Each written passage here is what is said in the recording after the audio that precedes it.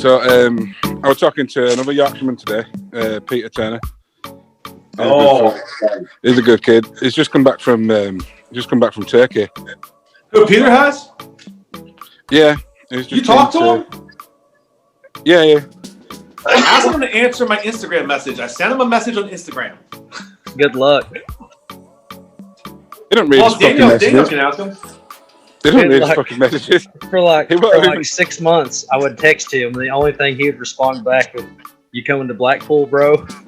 And "Hey man," smiley face. Or "Hey, bro."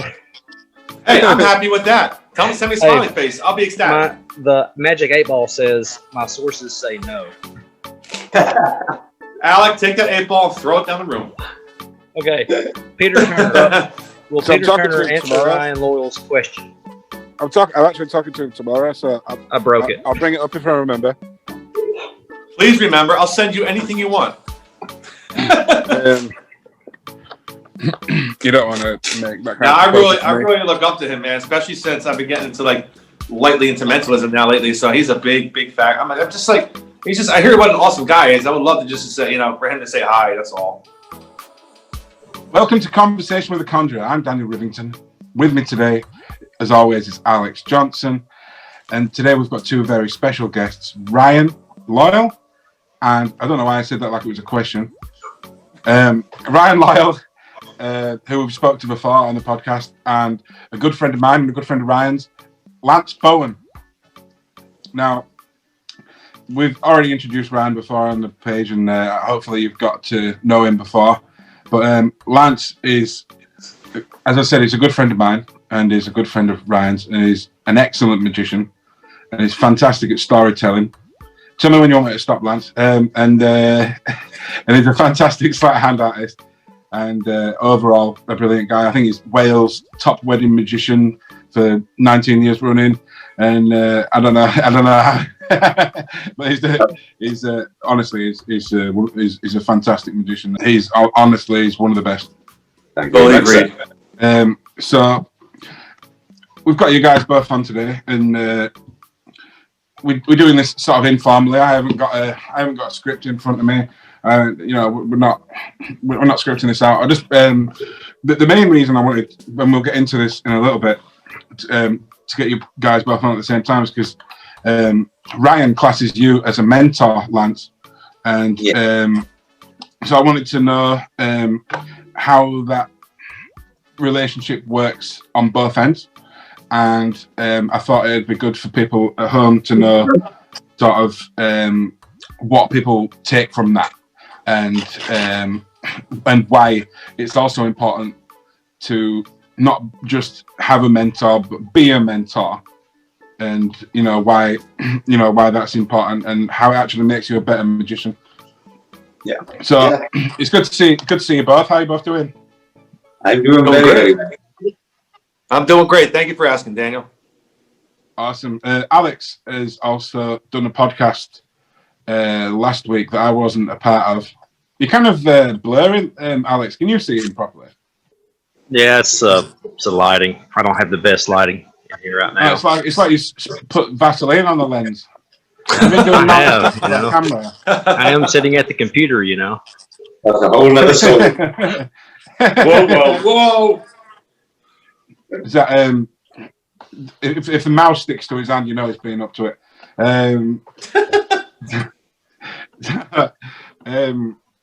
Lance, when did you start magic? Right, 6 years old. Basically, I begged my parents for a magic set for Christmas when I was 6. And basically learned everything in there over the next couple of months. Strange about 21 years ago. Or about 5 years ago, I'd say, tops. But yeah, so I literally learned everything in there.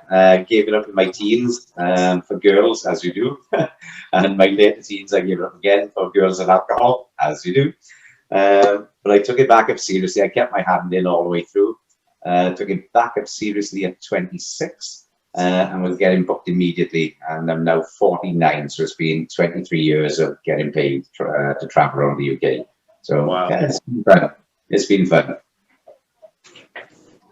And so that's like Alex has been doing magic for a long time, on and off. Me and Ryan actually started later in our lives. How many years ago did you start, Ryan? This past summer was 3 years. Right, so only a couple of years, well, a year and a half short of me then. So I've only been doing it for 4, maybe half years, maybe coming up to 5 years. Nice. So, do you think that doing it for so long, Lance, has helped you with the storytelling thing, or do you think that's something you were sort of born with? I think it's something that comes naturally. Things just literally pop into my head when I'm playing around with an effect. Like a storyline will pop into my head, and then I just develop it as I'm playing around with the effect until I have it the way I want it. It will evolve over time, and that's generally down to interaction from the people around me that I'm entertaining. So sometimes I'll hear someone say a line, and I think I'll use that, and I'll put that in somewhere. But I always kind of work things out in a way that I don't have to complete it the way that it exists in my head, because I tend never to write anything down. So everything exists in my head and only in my head. And the way things are going, I'm forgetting more than I can remember these days. So I should have written more out. But yeah, so literally over the years, everything evolves. So the stories evolve, and it all comes from experience, entertaining at the table. And as I said, everything doesn't have to go from start to finish the way I planned it. Sometimes the interaction will take over, and we'll just bounce off each other, myself and the people I'm entertaining. We get to the end of the fete eventually, but the story kind of peters away, and we just go with whatever's happening on the table at the time. But so that's basically how things work in my head. It's different in every magician's head, I know, but it works for me. The first effect I think I saw you do was a version of the bellhop routine, but the pattern was totally different. No, that was the same pattern, basically, I believe, off the top of my head, as Bill Malone, I believe, which is where I You've done one. You've done one though that was totally different. It was. I just mean that style of routine. Oh yeah. And it was, where you've got a deck and you've got a story and you're doing, you know what I mean. And I always sort of envy that a little bit, because my presentation's sort of more like, I don't have a way with words like you do, Lance. You're a natural, man. I throw some pretty decent jokes in there. I think I make a couple of good jokes, but I can't memorize dialogue like that. There's no way. It's absolutely impossible for me. Yeah, everyone's different, so you just got to work with your strengths. And if you're one of these people like yourself who literally throws a lot of jokes in there and interacts with the audience, whatever works for you works. What you do would never probably work for me. So yeah, everyone to their own, I guess. Makes the world go round. Be a boring place if everyone did the same thing and said the same thing, I suppose. Very true. Very true. Good point, Lance. Hey, I gotta tell you guys how Lance and I met. Do you mind if I throw that story out there now? Yeah, absolutely. All right, so just listen to the absolute sheer ridiculousness and craziness of the story. So I was pretty much brand new into magic. I just had like my first or second street magic, actually performing in public. So, and I did the Cy Stebbins trick where the spectator cuts the deck behind their back as many times as they want, and then they hand me the deck back, and I guess what's in their back pocket. So I meant to send it. What's that? So we'll bleep out the name it just said with the stack. Oh yeah, that's all cool. I said yeah. I said I was sidestepping when I was doing it. That's all. Sidestepping stack. So I went to send it to a buddy of mine whose name was Lance on Facebook. Where God rest his soul, he's passed away now though. But at the time he was alive. And you know how on Facebook when you go to message somebody, the names automatically pop up. All right. Never heard of Lance Bowen. No clue who he was. I typed in Lance. I see the first thing coming up. I assumed it was my friend. I hit click and I send that video clip to him.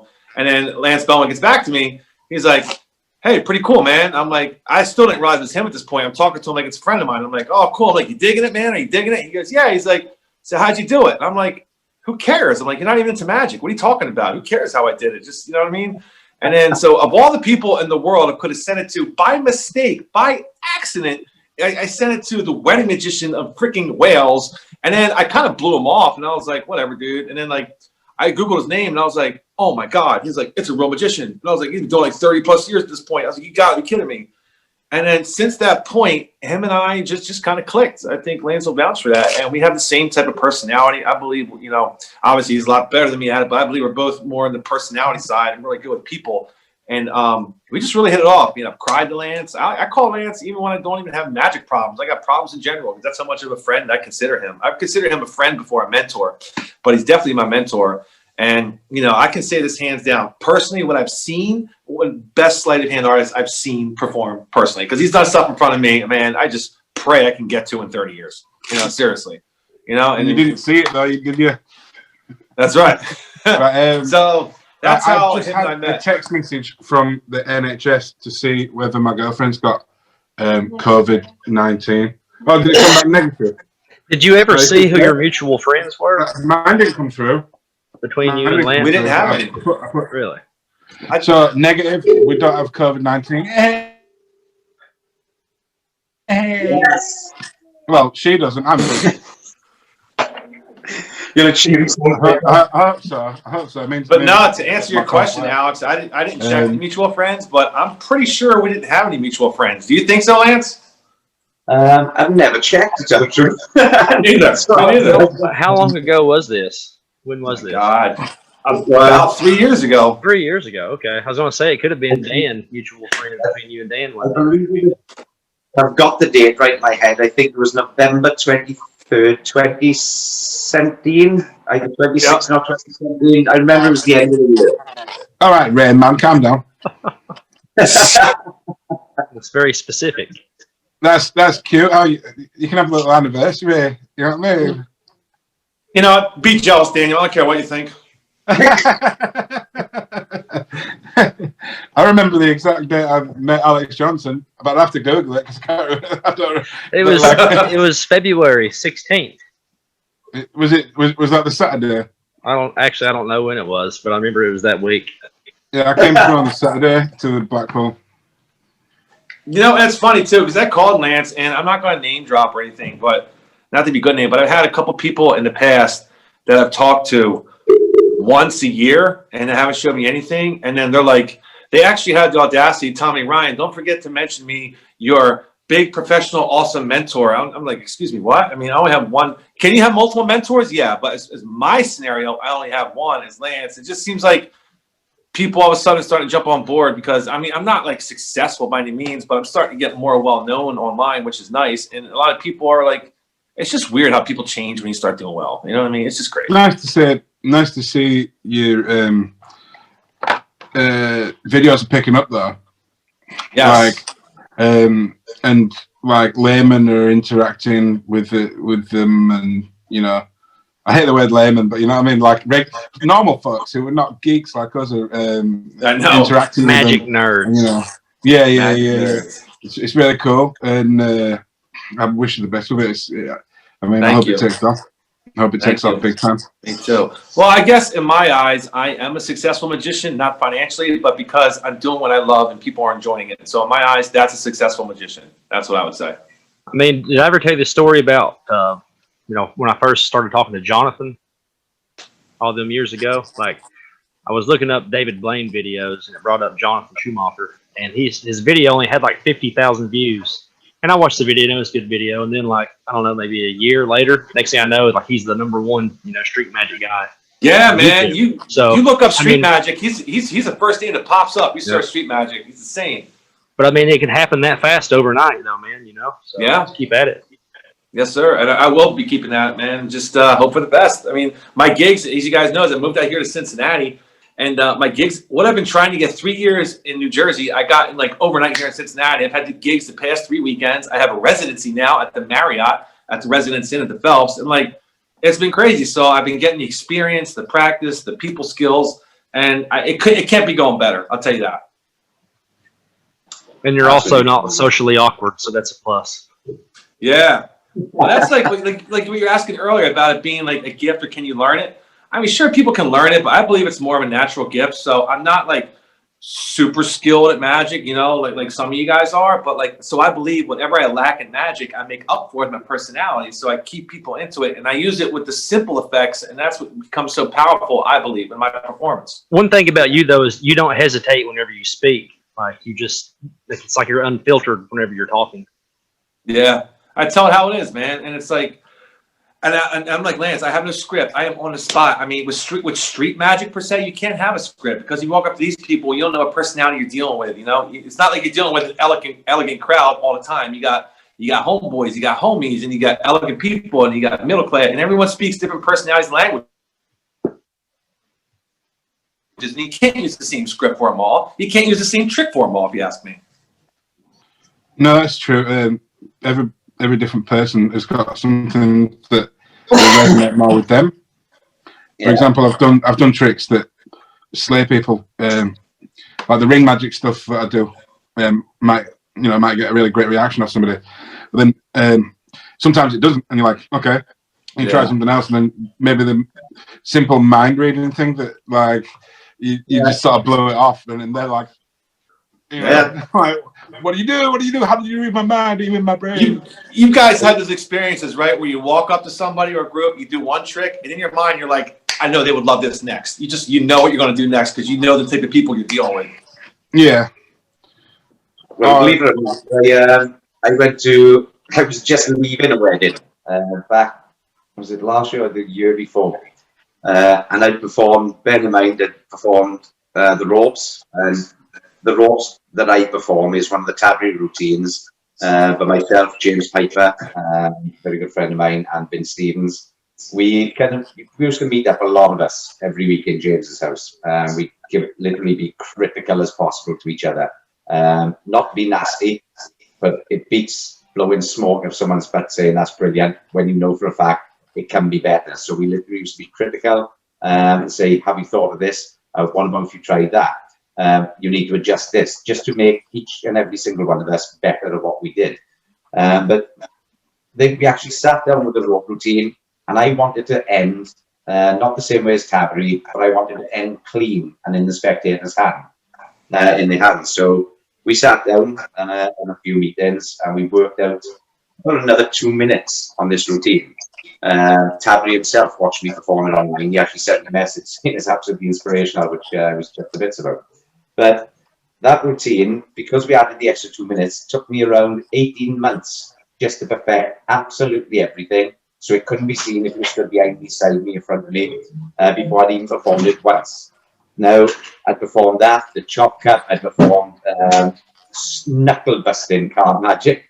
And when I was leaving this wedding, a group called me and said, we've got a few friends who just walked in. You've got to show them those things with the elastic bands. I was like, oh, really? The elastic bands? Everything I performed for you this evening literally took me months, up to a year and a half. And you want to see something I learned in 10 minutes? Really? So, yeah, every single person has that one thing that they go, boom, oh my God. I mean, that's amazing. And to be that mad about a few elastic bands compared to the other things I performed, it literally was an eye-opener for me, and I thought, you can't be kidding me with everything. Whenever Ryan stopped by here at my house, my family and a bunch of friends were here, and he showed some card tricks and everything, and then he showed the rubber bands. He showed that one, and it blew everybody away. My dad was like, "Do that one again," and everybody there that was hanging out all wanted to see the rubber band trick. Yeah. Yeah, it happens all the time, man. Because the way I see it, because it's in their hands too, So it's engaging. And I go slow motion too. They're seeing it happen, but they don't know. I go super slow for you. Yeah, I tell them I go slow motion, and you know what? The one thing I gotta remember is, and I tell other magicians is, you do knuckle busts and stuff like Lance said, but the only people that know you're doing a hard move is you. That's it. the layman doesn't know. So in my eyes, you're making it harder for yourself, unless you're performing for other magicians, and I get it. But like, you know, I'm just all about simplicity. You know what I mean? But I do the pass and stuff like that. That's what I do really good. But that's really it. It depends. It depends what the effect is. Like, True. Like, I mean, hand sandwich. We know what that trick is, yeah. Yeah. That can get better reactions than like basically anything. Yeah. Like it gets insane reactions. People running around, screaming around, putting their hands in the air. And then like you can do something rather hard, like certain triumph stuff and people are like, oh, that's cool, you know. Yeah.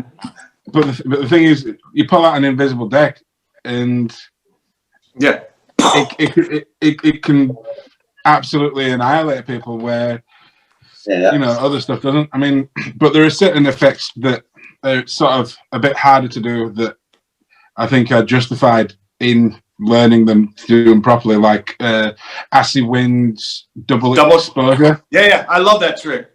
It's so great, and it's not that hard, but it's a bit more complicated than a hand sandwich or something like that. It's yeah, kind of. But then it's sort of the trade-off, isn't it? You don't want to make it so hard that your presentation goes down the can. Well, you're thinking about, okay, my hand goes here and this one, and then I've got to do the thing, and then well, when it comes to elastic bands, I put a 5-phase routine together that I can stop whenever I want. I've got extra effects as well with bands. If they really enjoyed it, I can add them in as well. So I literally take penetration from my thumb while it's cleanly staying at an open hand. It just goes through the thumb. Then it's held like this. Then I penetrate one of the spectators' thumbs while they are holding it. Nice. Then oh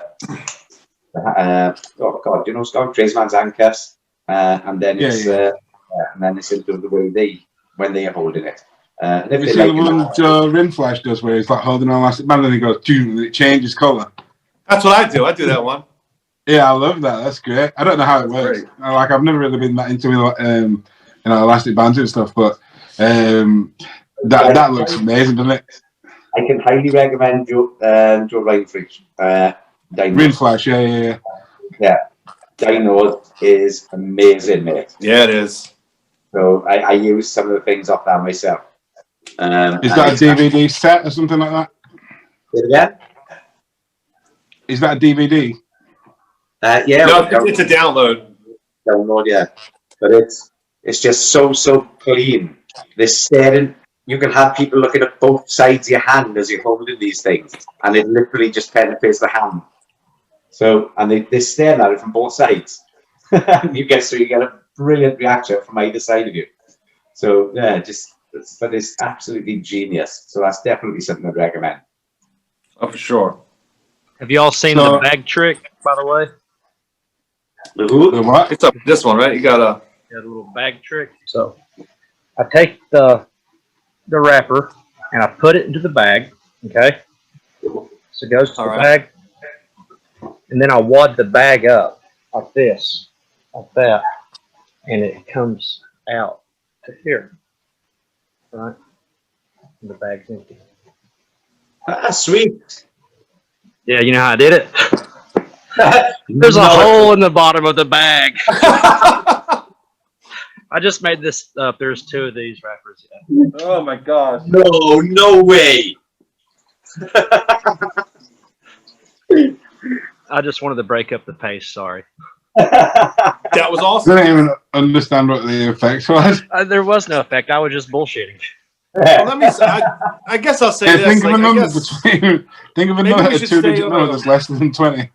Maybe we should stay on the topic of like mentorism, if that's a word, because that's why I believe we got Lance on here. So like, maybe we could talk about the pros and cons of having a mentor, if there's any cons, and how do you know if you have a good mentor or a bad mentor, and what makes a good mentor? You know what I mean? Like, seriously, because I'm a strong supporter in new magicians.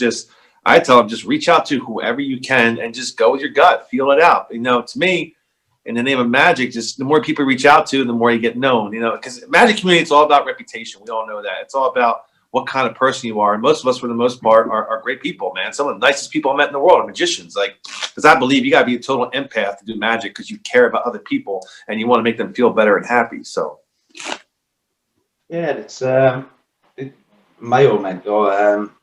He's still baffles me. He's still my mentor. A guy called David Gemmell. Daniel will know him, no doubt. Absolute gentleman of a man. And I met him around 20 years ago, I believe, at James Piper's house. He turned up there one evening with a group of us, and we sat down and we started talking. You could swear we'd been friends all our lives. And eventually he was coming over to my house once a week, sometimes twice, and he'd be here for a few hours. So what I didn't realize at the time, and I would sit through hours upon hours upon hours of card tricks every week. What I didn't realize was he was actually writing a book. So yeah, the book was published. He had great reviews on it. But yeah, he's still active. He doesn't really perform that much these days. But I did when I got married. He offered his services for my wedding, so I snapped it up because I know I'm one of the best in the business, entertaining my guests. So yeah. But that was Dave Gemmell's my own mentor, but I got mentored quite a few over the years. It's kind of difficult with time zones, like with Ryan, obviously, like when I'm in bed, Ryan's awake, but we do make time. We kind of find time in the middle where we both got a bit of time.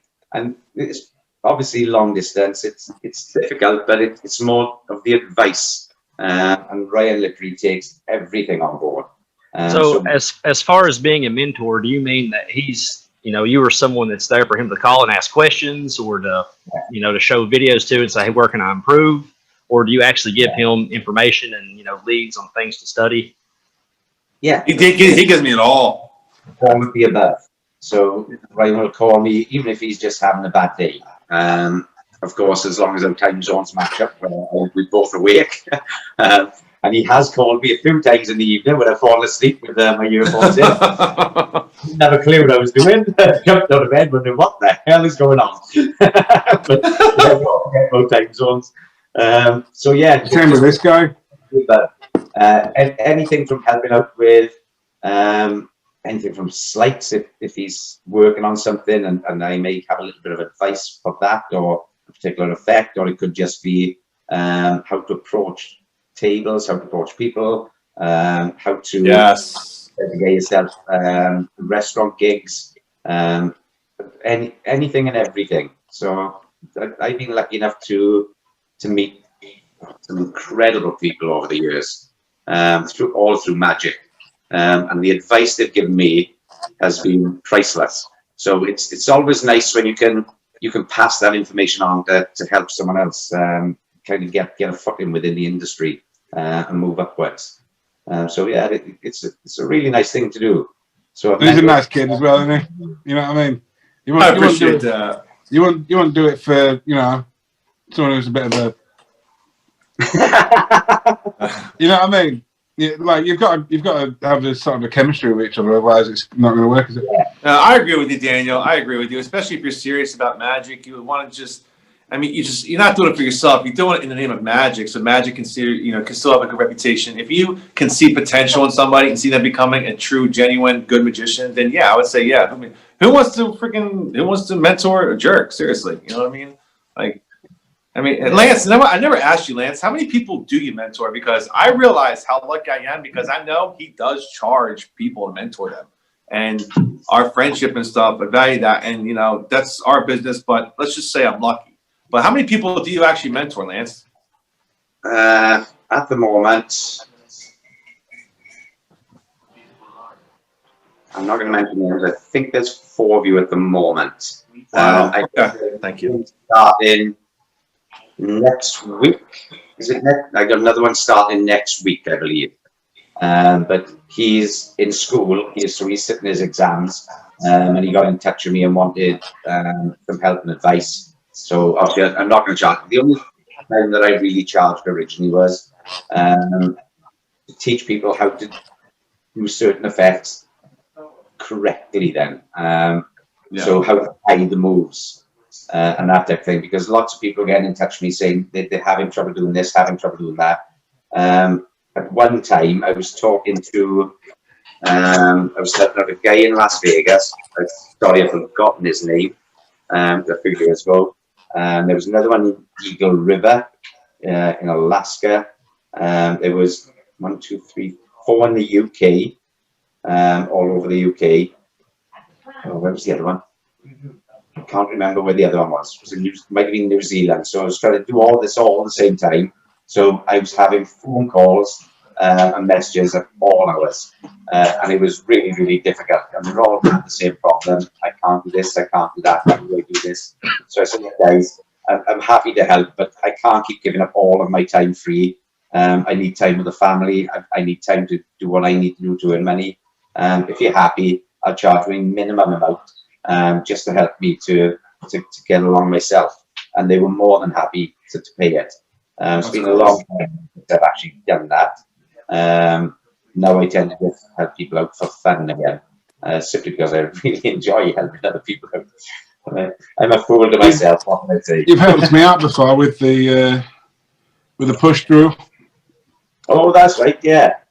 You helped me out with the push through, and I think some other form of dodgy thing. Yeah. Oh, it's amazing. It's amazing the advice Lance can give, because he helped me with my past. And something as little as moving one of the fingers over 1/2 inch makes the world of difference with these moves. And you guys know that. And that's what Lance would be like. He'd be like, no, man. He's like, do it like this. And he would explain why. He's like, because when you do it like this, it goes higher. But if you do it like this, you're more towards blah, blah, blah. And that's what really helped me out too, man. So, yeah, it's amazing. And just the information that gets passed within the magic community, because I know Lance, when he tells me stuff, it's classic. Hey, actually, it's funny. I just called it. My God, dude, it's like some sort of like love.com commercial. And so I tend to spend most of my time with these in my hands. So it does. This is to help most people out with. I spend a ridiculous amount of time taking cards in my hands. So yeah. You keep shuffling them, that's the problem. You don't want to shuffle them. Allegedly, I'm shuffling. But yeah, so I've come up with a few moves that I've shared with a few magicians around the world. I've sent a couple to Doc Eason, John Carey, a good friend of mine, and quite a few others here and there who've been in touch with me, and they have no idea how to get this done, and would be happy to share. So because they were kind enough to get in touch, I've generally just shown them how I'm doing it, and then if they need help, I just ask them to film what they're doing, simply because of different time zones. I'll watch the video and then I'll get back in touch with them, and I'll send them a correctional video for whatever I can see they're not doing correctly, if that makes sense. If we can do it live in person, it's much better to actually correct something in real time than to keep sending videos back and forth, because it takes quite a while to get them all done. Just finding time to video everything all the time. But, Lance, can I ask you a question? Yeah. Are you happy with where your magic career is taking you? Like, in your eyes, can you see it getting any better? Or are you, you know what I mean? Or do you have any further goals in magic, or are you content where you're at? Oh, I've always been happy. I've got no goals whatsoever, got no target to reach. I'm happy when I am doing what I'm doing. So, yeah, it's not one of those things. I don't want to put pressure on myself. I just want to do something that I love doing. So if it works for me, brilliant. If not, it doesn't. But we'll always reach for the stars, because you never know. You might actually make it one day. But amen to that. For me, it's just the sheer enjoyment I get out of 52 pieces of compressed cardboard. Right? And having lots of fun with friends around the world. So, yeah. So and I really have incredible people around the world, from different parts of the world. So what's day in the life of Lance? You wake up, cards. Have breakfast, cards. Go to work, cards. Cards on the toilet. Cards in the car. Cards Right. on the plane. Cards. Shave. Cards. Hair club for men. Shave. Cards. You're not far off. But yeah, so no, I had a day job as well. I did just do magic for a while, for a few months or so. There was so much pressure in the job I was in, I just gave it up. So I had enough bookings to cover myself and my family for just over a year. So I was doing that, solely just magic for a few months. And then a very good friend of mine, who was coming on my stag party to Magaluf in Spain. I'm never going to Magaluf again on another stag party. Ruined me. I was barred for a week, but I got home. So he got his own business, and we've grown up together. So he said, "Can we have a chat when I get home?"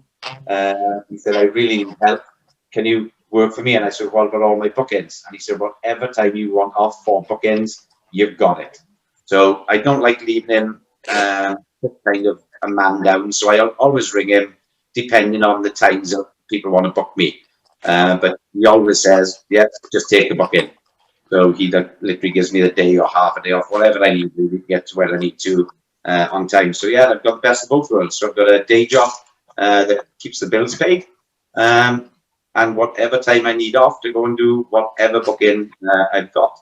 So my basic day is a 6 a.m. start, walk around 10 miles every day, cutting grass or whatever else I'm doing. Come home, sometimes I got an evening booking, like a 4-hour booking. So come home, food, shower. Sometimes I don't even get a chance for food, just a shower, get changed, and head back out to a different job for a good few hours. Get home at 2 in the morning and get back up at 6 to start my day again. Approximately how many bookings do you do or try to do in a week? In a week. Not including COVID right now, just yeah. So no one knows really when someone's going to pick up the phone. I'm not brilliant at advertising. When I had my old Facebook page, I was wrongly reported, a long story, and Facebook literally shut my account down. And it was my wife's nephew asked me if I could put a couple of videos up for him to show his friends. So no problem. So I put a few videos up, and my Facebook went bonkers. I was getting messages from literally around the world, from magicians around the planet. I was getting friend requests from every kind of walk, from people from every kind of walk of life. I didn't need to do any advertising. The bookings were coming solely straight through Facebook, and it was relentless. I literally flew home from Scotland from one booking. I go home, and then it was the next day I had a phone call, "Can we fly you back up tomorrow?" Oh my gosh. Yeah, he actually offered me to get me up there, and I couldn't get a flight. He offered me £2,000. He said, I'll pay you £2,000 now. I'll pay for you and your wife to come up. All your travel, your food, your drink, your hotel, I'll cover it all right now. Send you the confirmation to say it's all booked. Check your account, the money will be in there. I just need you up here to do my son's party. And I only had 2 free dates left in that entire year, 2 free weekends. Wow. And I couldn't wait for any of them. So, but obviously when I was wrongly reported for impersonating someone else, whatever the hell that means, Facebook shut it down, and I had to start all over again. So I lost around 2,500 friends, or 3,500 followers. Yeah, you were just telling me about that. Remember, Lance? Not too long ago. We're having conversations. So you were accused of being an impersonator of yourself. Yes. So I was impersonating someone else. So I've still got emails from Facebook where I said, what do you need for me to prove that I'm not impersonating anyone else bar myself? So they asked me to send certain documents, a driver's license, person. I sent all of these things off, and then they emailed me back saying, "I'm no longer going to discuss this any further with you." So I said, "Have you got a phone number for me to speak to a person rather than constantly messaging? We're not going to speak to you any further on that." And I had about 5 or 6 of those back, and they literally just shut my account. So I had to start all over again. I had very good friends like Paul Gordon, Doc Easton, another John Carey, many famous magicians around the world, saying, "How do I know it's you?" So I had to literally relay a story that only they would know about myself and them. But have you ever had any issue of anybody trying to impersonate your account? or is only No. it was always you? So they're like, well, what do you mean? How do you know it's me? It's me. Yes. So Yeah, right. I think a piece of documentation they asked me for, and then they just emailed me back saying, "No, we're not going to discuss this any further," and they just Sucks. closed my account. So start from scratch all over again. You should You just mentioned Paul Gardner. He's been on the podcast. He's a great dude. Oh, he's a lovely guy, Paul. Lovely guy. It was actually the first lecture I ever went to see at Leeds Magic Circle. Oh, He came up and did a lecture for him, and I was lucky enough to be there for it. And honestly, talk about a guy who knows his stuff about cards. You know what I mean? He's he's got some good tricks. I just got his killer OMG. Hey, by the way, if Peter Turner, if you're listening, I would love a hello, and if you answer my Instagram message, because huge fan here. Just saying. He ain't watching this. You know why he's not watching this? Because he's got better shit to do, right? So, well, thank you, Daniel. You just ruined my weekend. Thank you very much. No, but you know what? I would like to give a couple plugs to my friends, if that's okay, because I belong to. Yeah. I have a tight knit group of friends. Lance is my friend and my mentor, but obviously you guys know them. I'd like to say thank you to JS Magic for collabing with me. You know what, Daniel? All right, can we block him out? Can we block him out, please? Just kidding. Here, I'll pin you. JS Magic, David Cassis, Sean Hawks Magic, and Jennifer Magic. I just want to say thank you to those guys for being my friends. That's all, because they're very supportive. good man. Good man. That's right.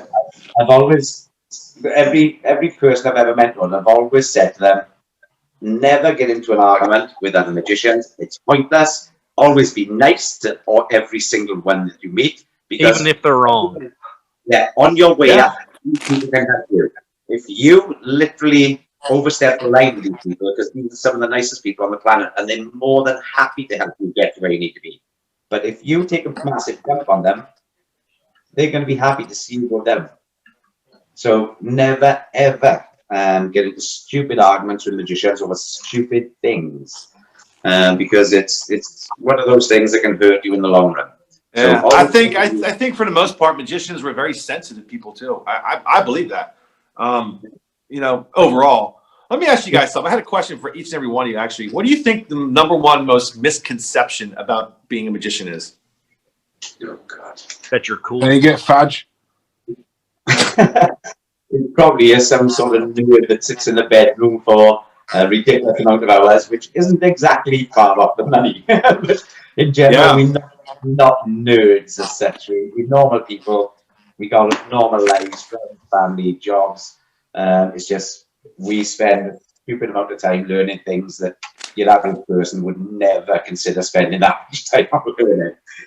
So I think there's a lot of misconceptions about magicians, to be honest.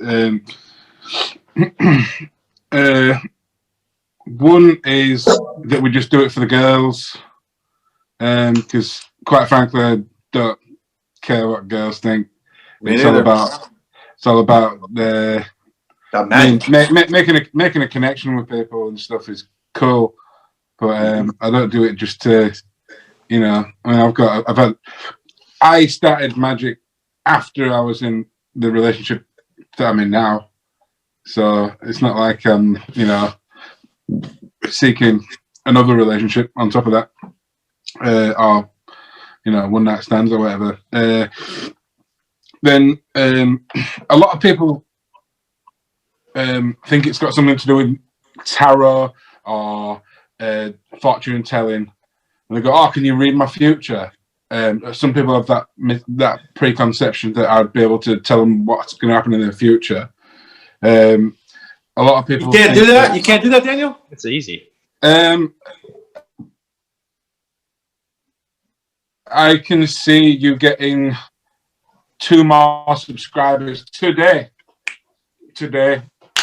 I like this guy. You're hired. So, and then the occult stuff, the supernatural stuff.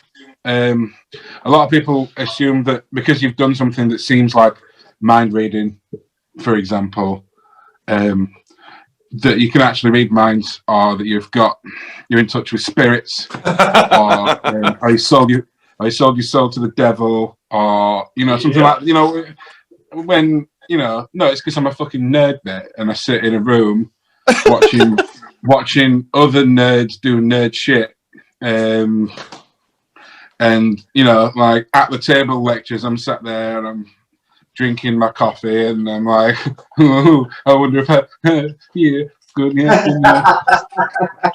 Oh my God. I love Daniel. I mean, for me, magic has always just been something that I did ever since a kid, just as entertainment, because I like to talk to people and I like to have fun. So I don't give a shit, who it is. If I'm out somewhere, at a bar or on the street, or I meet a new person, first thing they want to say, is they notice the hand tattoos. Like, oh, you're a gambler or something like that. It's like, oh, no. Well, yeah. I tell you what, man, believe it or not, especially when I used to live back in Atlantic City, I used to do like, some minor card flourishes and stuff. And the number one question I got was, are you a dealer? I'm like, yeah. When's the last time you saw a casino dealer doing like friffle and a freaking riffle fan? No, I'm not a dealer. I'm a magician. You know what I mean? Yeah. You get that question a lot. Yeah, what do you want? I've got heroin. I've got crystal meth. Yeah. I got some nice watches here. Yeah. I need one of them watches there, Alex. I want one, seriously. Yeah, I have a few. Plug for AJ Kristoff. I can't stand that. Yeah, get your plug, man. Get your plug in there. All right. He's got more than one plug in there. I'll tell you that much. He's got a magic 8-ball.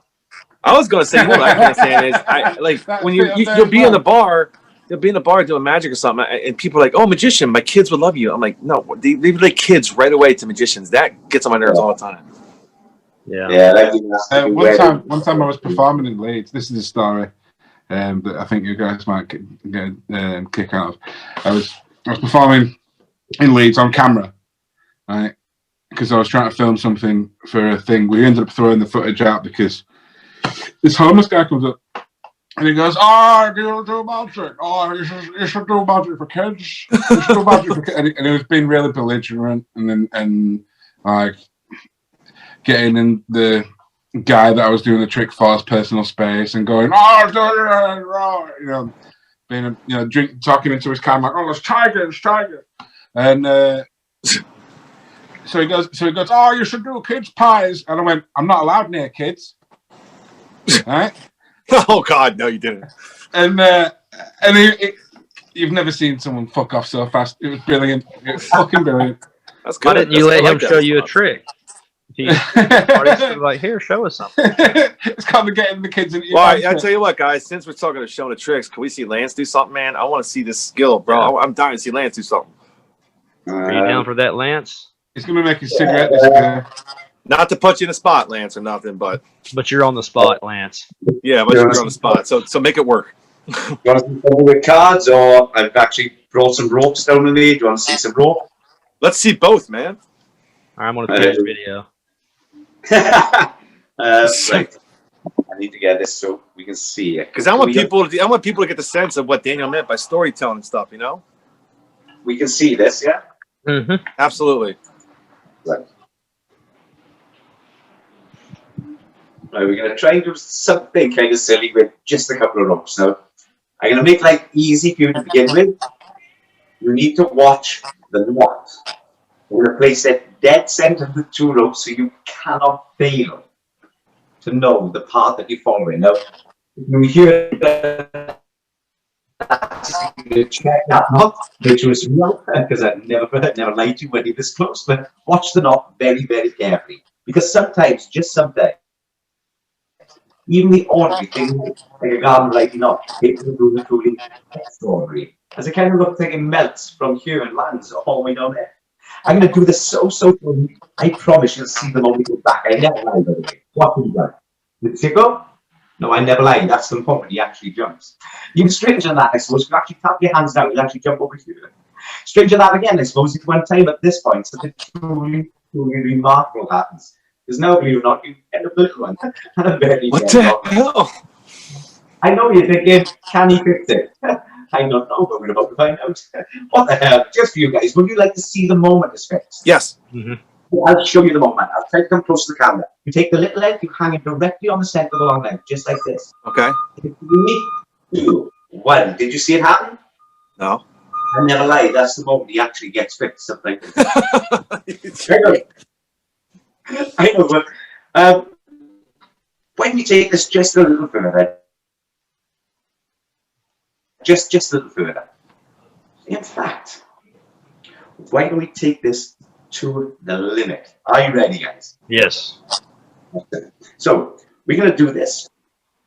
And in fact, it's been a long time since I've actually done this. So give me a moment. I'm going to have to practice this again. It's been so long since I've actually done this. Yeah, I can't actually remember the next part. No, I can't actually remember the next part. It's been that long since I've actually performed this. I'm going to have to get back on this, guys. So,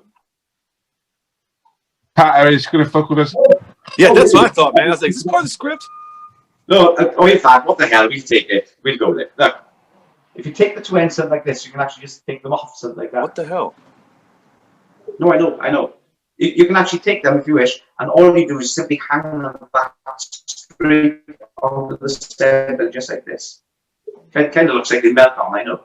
Well, in fact, do you want to take this right into the limit? Look, we'll take the two ends, something like this, and we can tie these in a nice little knot, something like this.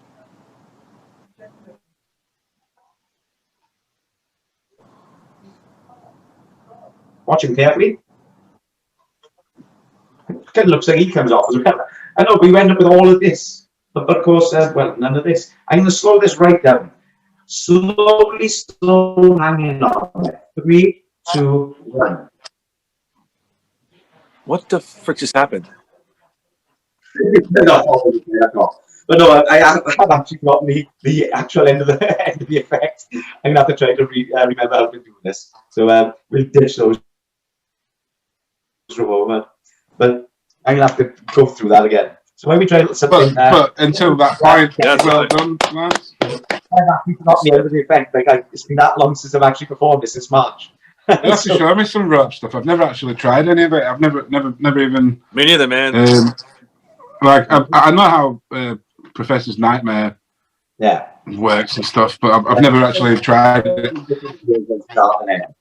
In fact, Dan, can you help me, Simon? We're going to do this. What do you want me to do? Straight from my shuffle deck. As I riffle down the deck just like this, I just want you to say the word stop. Stop. Right down there. Exactly the there. cards exactly there. Yes. And it looks like this now. How many aces did you just see? How many what? I tell you, you were looking for aces. I told him I memory for it. In fact, from a deck that looks like this, I'm now going to try and find the aces. The first one, if I get this right, he should be around about here. Oh boy, I got lucky. That's ace number 1. The next one, he kind of looks as if he jumps into the air, spins around, then you cut the deck in the air. I'm well on the way to the luckiest night of my life. This is bullshit. He goes around the deck. You see where the top goes to the middle goes to the bottom's going to go pretty much wherever he wants to go. Sometimes I get extremely lucky. That's number 3. In fact, we'll actually give the deck a few cuts, something like this. No, I know what you're thinking. They're actually shuffling. So, now look, I'll actually take them and give the cards a cut, something like this. I'll remove one card and only one card with one hand. I'll take him out of here, something like this. If you snap your fingers here, he jumps over you. Boy, I really am lucky today. So that's 4 aces straight from the center of the deck. But we'll take this to the extreme. Ryan, since you're on, if you wish, sir, you can actually help me out. So I'm going to half shuffle the deck. Hopefully it'll all make sense in a moment. Okay. I didn't realize I was going to be doing this, so I wish I'd brought my glasses. This is the old people as a start with fail. So, obviously, the cards being shuffled many times, so no one can know what cards are in. So, we're going to go, and as I riffle down, you're going to say the word stop. I'll show you the card at that position, and then remember that card. I'll look away. Okay. Just say the word stop. Stop. Happy there? Got You it. see that card? You other guys got it? I got it. Remember that card. Do not Yep, we saw it. take your eyes off that card, because it's gone. Somewhere in here, there's a card you're thinking of. I don't know if you can see this on camera. Can you see that card? Yes. Yeah. And we're going to place him back into the deck, just like this. Now I'm going to make life a little bit more difficult. It was not feeling right for me. I don't know why, but That means we mix the cards after the card has gone back in, which means your card could literally be anywhere in this deck. I have no idea where. Please don't give me any indication of where it is when you see it. But by the time you get to the end of the deck, I guarantee you will have seen your card go by. Yes. Did you see it? Excellent. Would you like the red aces or the black aces, Ryan? Let's go red. The red. Then the red we'll start with. The ace of hearts, the ace of diamonds. I'm now going to cut those into the deck as well. So the cards will be mixed once more. It means I don't know whether your card is above the aces, but the aces are just here. I don't know if your card is below the aces, or in fact, if your card is anywhere near the aces. By the time you get to the end of this deck, again, you should have seen your card go by. Did you see your card go by? Yes. Was it anywhere near the aces? No. Okay. That means I'm going to have to work a little harder. So, I don't know why I'm going to try and give these cards another quick mix. So, let's see if I can get this roughly even with my old bad peepers. This is about as fair as I can shuffle the deck without cheating. Ryan, I want you to remember this moment. Okay. You did not take a card from the deck. I showed you in a fan so you could remember that card. It was still in the deck. You didn't take a card from the deck. Therefore, you have never replaced the card in this deck. At present, the card exists in your mind and nowhere else. It's like the hand is out of my hand, sir. For the very first time, name the card you're thinking of. 7 of diamonds. 7 of diamonds. 7, yes. I believe I've got it. If I have got it, then there will be only one card. Somewhere in this deck, sandwiched directly in between 2 aces. One and only one card. 7 of diamonds. Say was? Oh boy, did I get lucky. Hey. I know, but these things kind of happen all the time. Look, we'll go wild. So, very, very carefully. Somewhere in this deck is a card that you're thinking of, the 7 of diamonds. Now, when you shuffle cards, obviously a card can be in one of 3 places. It could be on the bottom. Is your card on the bottom, Ryan? Nope. Haven't cheated yet. But it could be anywhere else in the deck. And of course, where's the final place it could possibly be? On top. Is your card on top, Ryan? Nope. Told you I haven't cheated yet. Now, of course, we started with the red aces. We will now switch to the black aces. I want you to watch these cards very, very carefully. You have to place them in this order where the club goes below and the spade goes on top. You square them slowly onto the top.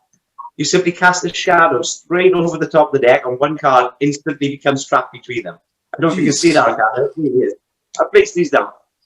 Of course, that now means that we have an ace, we have a card, and we have another ace. So again, what was the name of that card, Ryan? 7 of diamonds. I really am lucky to see it. Look, I don't know if you can see this, but I'm going to cut the deck. Let's turn this down. I'll try and keep everything in view. Can you see the 2 piles, Ryan? Yes. Would you like this pile or this pile? This one? Yeah. This one? Yeah. Excellent. We shall bury your card right here. In fact, I'm going to push this to the limit, and I'm going to leave it sticking out, just like that. I'm feeling kind of cheeky this evening. We'll take the 2 black aces and drop them on top and square those first. Then and only then do we actually take your card and square him cleanly into the middle of the deck. Name your card one more time, Ryan. 7 of diamonds. And I'm dreading looking at this card. I really am. So am I. Come on, Did I dude. That's crazy. What the hell? Oh boy, I really am on the way to the luckiest night of my life. So yeah, it's just something silly with the deck of cards, but it keeps me busy. Well done, man. It's very nice. Man.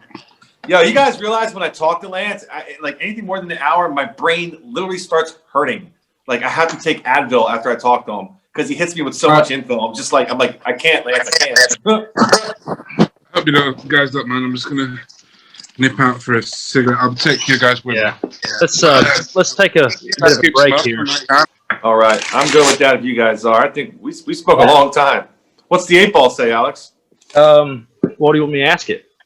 Should we end this conversation soon? Should we end this conversation soon? Oh, here we go. That's awesome. And it says, cannot predict now. Let me try again. Just keep trying until we get the right answer. Here we go. And it says, as I see it, yes.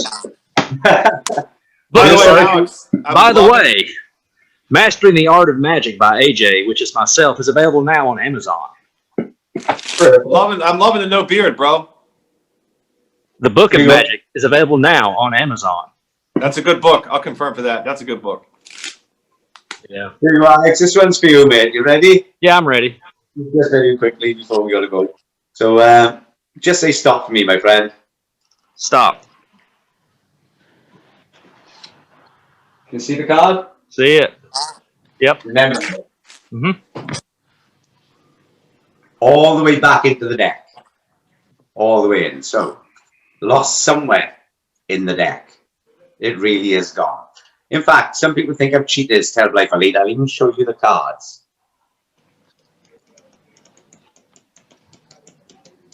Your card's still in there? Yeah, I believe I saw it. Yeah, it's definitely in there because I literally haven't done it. Okay, yeah. We're going to leave him wherever he is in that deck. Is that fair? That's So pretty someone fair. in the deck is your card. Now, Right. I want you to think of your card very, very carefully. Okay. Name your card. King of Hearts.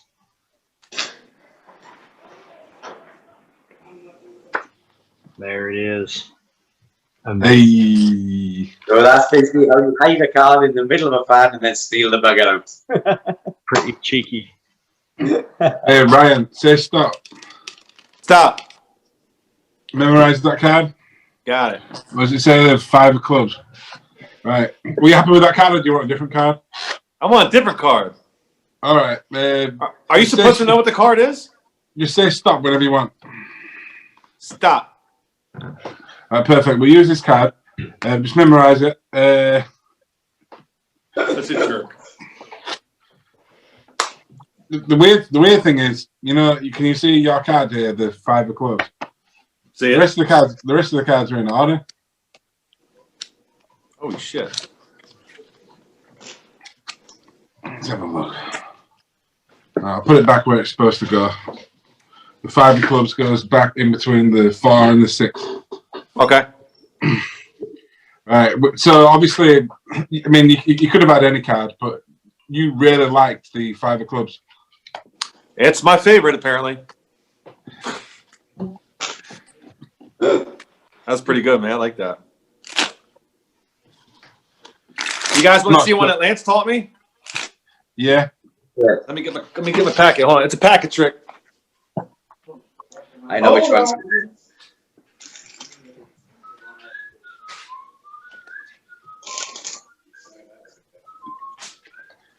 Yeah, I've got a prediction. I feel like an Elms account's coming in. Yeah. How do you know that? Shut up, man. Yeah, I'm just a psychic. I see the future. All right, check this out. We got 2 piles of jacks here. 2 piles of jacks of hearts. Okay, can you guys see them? Okay. Yeah. All right. So 1 pile. Look, we got 4 jacks of hearts, just like this. Look, we got 1, 2, 3, 4. Okay, I turn them over. I set them down right here. Didn't see the faces. Do it again. What's up? I didn't see the faces. Relax. You don't need the faces. So check this out. In this pile of jacks of hearts, we got the same exact thing. 4 jacks of hearts. 1. Okay, look. 2, 3, 4. All right. So we're going to put 1 down here. Now, if we take a face down jack, right, and we put it on top of a face up jack, just like that, I'll slowly close my hand, snap like that. Look, next jack comes face down as well. See? If I snap my fingers again, check this out. All 4 jacks go face down. Now I'll put the face down pile right here. Now let's turn these jacks over and have some fun with them, shall we? So we got 1 here, 1 there. Now if I take a face up jack and I put it on top of a face down jack like that, once again, I slowly close my hand. Go ahead, Daniel, snap your fingers for me. listens to you too, because look, next one comes face up. Say, snap your fingers again for me. And just like that, all 4 jacks go face up like that. And that one goes here. Okay, Alex, you're next. Ready? You put a face down jack on top of a face up jack. I slowly close my hand like this. Go ahead, snap your fingers, bud. Just like that. Next one goes face down. See? Snap your fingers again. All 4 jacks go face down. Just like that. See? You guys are getting the hang of this trick. It's pretty easy, right? Face up on top of face down. Snap my fingers. Next one goes face up. Snap my fingers again. Look at this. All 4 jacks are face up now. Now, what do we do when we run out of jacks? Well, that's simple. If I just snap my finger, watch. One turns over all by itself in the deck like that. All by itself. See, we put that down here. If I snap again, next one does the same thing. Look, all by itself. Now, if you're very observant, usually I have this laid out in the mat. You'll notice I have 5 jacks of hearts in there. But I bet you missed that, because if you missed that, I bet you missed this. Look, that all 4 of these cards right here were all blank cards. See? And if they're blank, check this out. Where'd that jack come from right there? See? Because actually you got 3 blank cards. 1, 2, 3. And if you missed that, I guarantee you made this part right here. That all these jacks right here you guys saw, look, all have blue backs to them. Nice.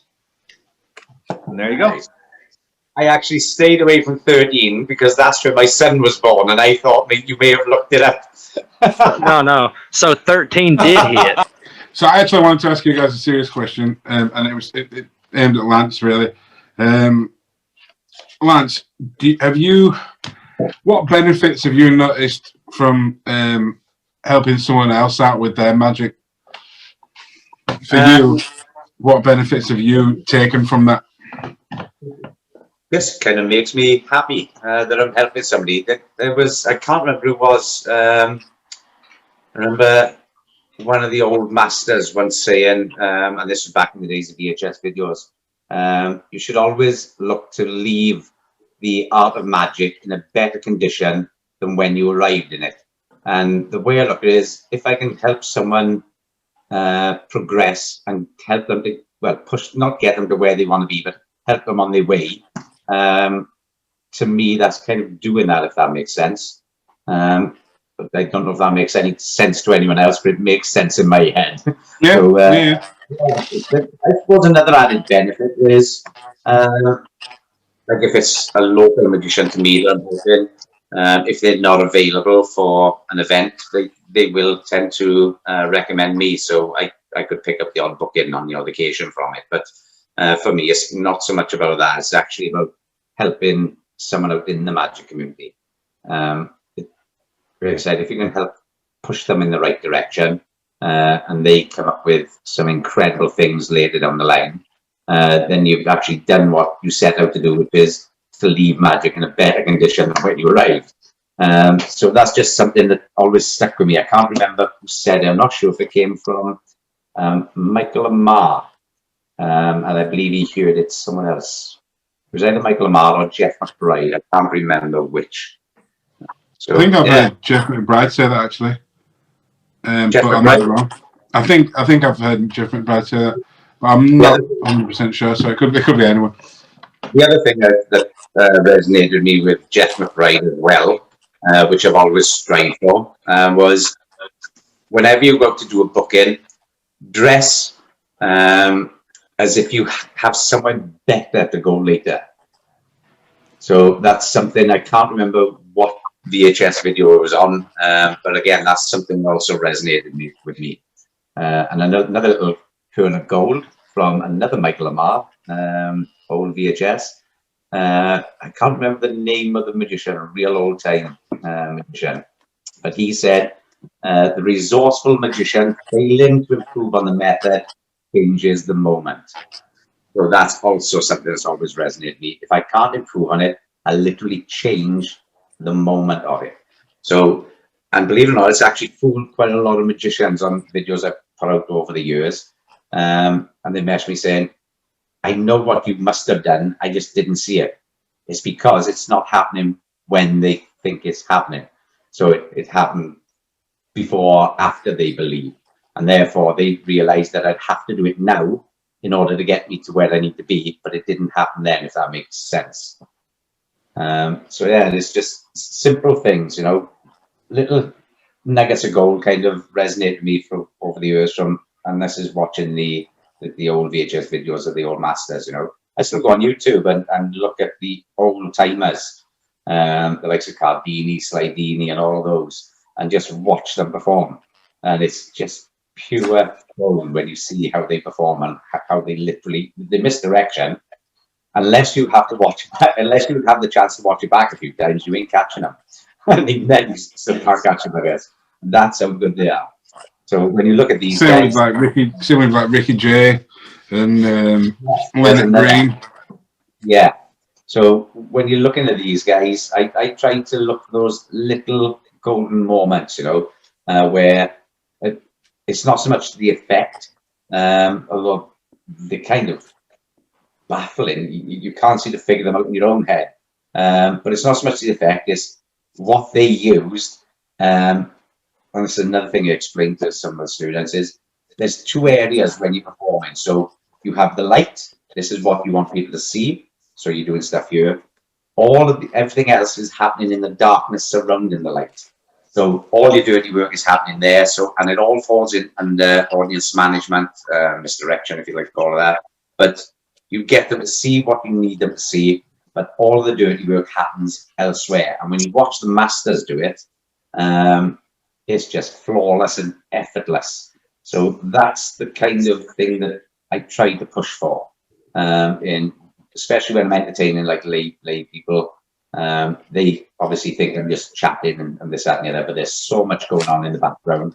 You could literally walk an elephant into the room at some point and go ta-da, and they'd miss it. So yeah, whenever you're watching the old masters, look for those little pearls of wisdom and those little golden moments where it's got you, it's beaten you, and you're gonna have to look back and think, that's where he had me. You may not see what they did, but you understand what they did because they not only misdirected every single person watching there, they misdirected you decades after they misdirected the people they were sat with, except the people they were sat with didn't have a chance to rewind it and take a look. So, so I always look at the little details, and that kind of helps you out along the line as well. So, the little tip there that I use. Nugget. So Ryan, what have you got planned to make your channel even bigger than it is now? Well, I mean, I got my content is more gig based lately because, like I said, I've been getting gigs here. I had my first wedding a couple weeks ago, which is why I contacted Lance again to begin with, because he is, the wedding magician. So what a more than a better person to get advice with that. And then I have a residency now. I do every week at a hotel, and then I had another gig last weekend, and I had another gig last night. So my content, I believe my content's getting better. I'm going out of my comfort zone. I'm trying tricks I normally don't try. I'm happy with the card tricks I know as far as, performance and gig purposes. It's like I don't want to learn any more personally. Like I'm happy with what I know. Will I learn more? Yes, but right now I'm branching off into other areas so I can start with mentalism tricks or gag gifts like Tiny Hand, Mini Magician, and like I did the other night I did my pet spider Boris, and I did EVP where talk to spirits. And my first experience with that was I literally had a lady cry and had to calm her down, and I felt so bad I had to tell her it was a trick. So that's when I guess it goes pretty good. But so to get my channel advanced, I'm going to be coming out with merch. Just doing. I want to talk about things magicians don't normally talk about. What's going to make me different than other magicians? Because if you're the same, you're going to blend in. So what's going to make me different? I want to talk about stuff like what to do when you have a gig and you don't feel like performing. What do you do? What if you're depressed that day? What if your girlfriend breaks up with you and you already had deposit for a fancy gig? What do? You know what I mean? Because you got to separate work and life, and you're a professional. You got to uphold yourself. And what can you do to make yourself more professional? I'm trying to learn exposure. I'm trying to be friends with all these other magicians just to get my name out there. Like my goal is not to be popular. It's not my goal. Don't get me wrong, but I would like to be known for what I do, which is spread love through magic. You know what I mean? And the more you get known, the more gigs you get. So that's pretty much what I'm doing. Sweet. Yeah, If I could volunteer, I'll volunteer somewhere. If I could volunteer, but because of COVID, I can't. I would love to go to a children's hospital or something like that. And I'm all about reaching out, man, to whoever's willing to listen to me. I wanted to do that, go to a children's hospital or a pediatric thing, but I'm not allowed by law. So no, I keep meaning to do it, but then I've just been absolutely too busy to even take a day off to go there. And I sent a couple of emails out before the pandemic. I sent a couple of emails out to hospital directors and stuff, nearby, because there's quite a few hospitals nearby, and no one ever got back to me. I'm not sure who I should talk to, but yeah, because I mean, I think that's a really great cause, like cheer some kids up. Absolutely. Kids entertaining in the hospital. Message a friend of mine called Jasper Blakely. Now, he actually does this. He goes to hospitals. He dresses up as a doctor. He's got all like bespoke characters he plays. But one is a doctor, and he goes to entertain children on the wards and having before COVID kicked off. But if you message Jasper, he might give you a little bit of advice on how you go about it. All right, fantastic. Thank you. Well, I gotta get going in a few minutes, guys. It's almost 5:00 here, so we gotta get dinner and stuff going. I don't mean to cut you short, but we're just about to wrap this up. But all I want to say, guys, is thanks for coming. Thank you.